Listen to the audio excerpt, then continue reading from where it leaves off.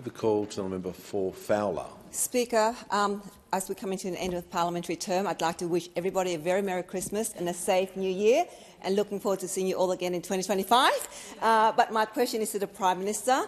At my manufacturing roundtable in Fowler, people shared with me that they're grappling with the rising cost of energy, supply, labour, freight and insurance, to name a few.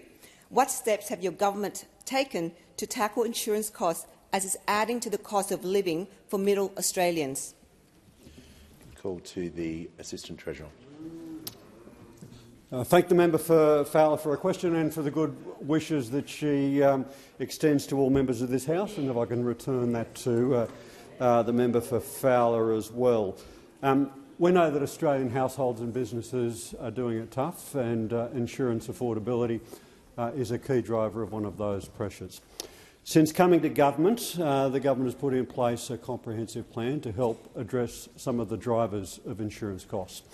And when you're looking at the key driver of insurance costs, it's the underlying risk, whether that's severe weather events, included severe weather events exaggerated by climate change, whether it's a century of poor planning decisions, inefficient or improper building standards, which means we're building the wrong houses and the wrong buildings in the wrong places, or indeed whether it's decisions of local governments or state governments, which are adding to the accumulated costs in insurance to businesses and households around the country. In fact, some of the immediate things that other tiers of government could do to address insurance affordability would be to address the stamp duty impost on insurance contracts, which is adding a tax on a tax for insurers, households and small businesses, or local governments, indeed, who continue to do dumb things by building the wrong buildings in the wrong places. And if there's anyone in this place who has the capacity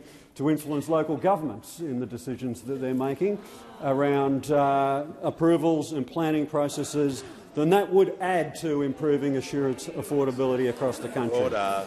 Now, Deputy Speaker, there are some things that the Commonwealth Government is looking at, and I want to, in particular, pay tribute to the fantastic work that the member for Fraser has done as chair of the House Economics Committee. Ably assisted, I see the member for Macquarie, I see the member for Clare, who was instrumental in establishing this committee. A tremendous body of work has been put in place by this committee, 89 recommendations, some of them to government, some of them to industry and some of them to regulators. Over the coming months, we're working through those recommendations, and we'll have a response to Parliament and the community in the early stages of next year. But there is work underway at the moment, and that includes the establishment of the Disaster Ready Fund, $1 billion that we've established to spend over the next 5 years to put in place mitigation efforts, particularly in those disaster-prone regions, to ensure that we can firm up infrastructure and fund community and household-level improvements. We've established a housing insurance partnership so that we can have the data and information that insurers have available to communities to put downward pressure on insurance premiums. A lot of work happening, a lot more to come.